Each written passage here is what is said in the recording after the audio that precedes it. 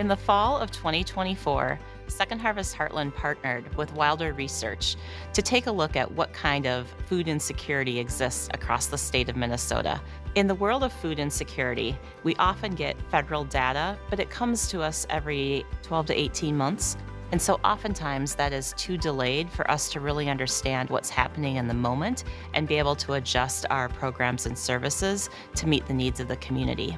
We wanted to partner with Wilder Research so that we could get a cleaner, more timely picture of food insecurity across Minnesota.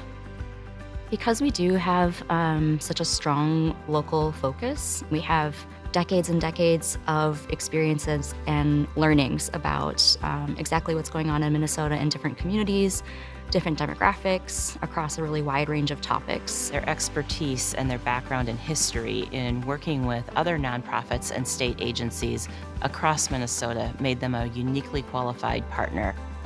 We learned that 1 in 5 households in Minnesota cannot afford the food they need to thrive. Times are tough right now, and Minnesotans are having to make some tough choices with healthcare, energy, childcare, housing.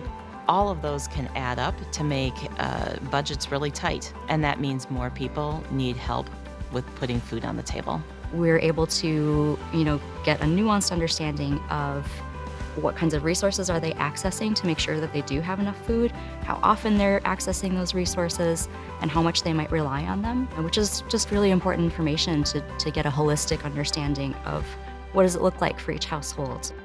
Hunger is not experienced equally across the state of Minnesota. When you look at it by race, by age, by geography, all of those indicators can mean that households are experiencing an increased level of food insecurity.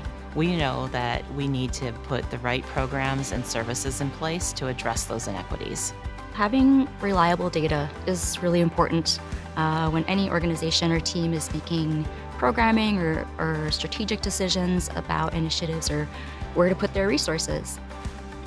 We learned that the Hunger Relief Network is serving 18% of Minnesota households.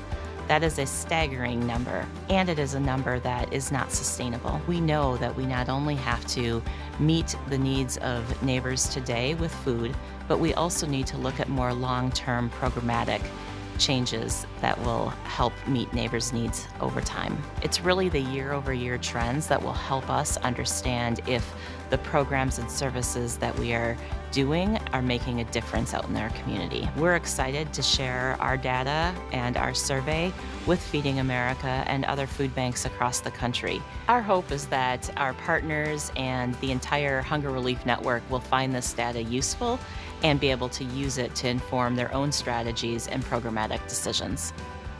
As I think about year 2 of Make Hunger history, we now have data to inform our decisions. We'll be able to create the right strategies and plans to roll out and really make an impact on hunger.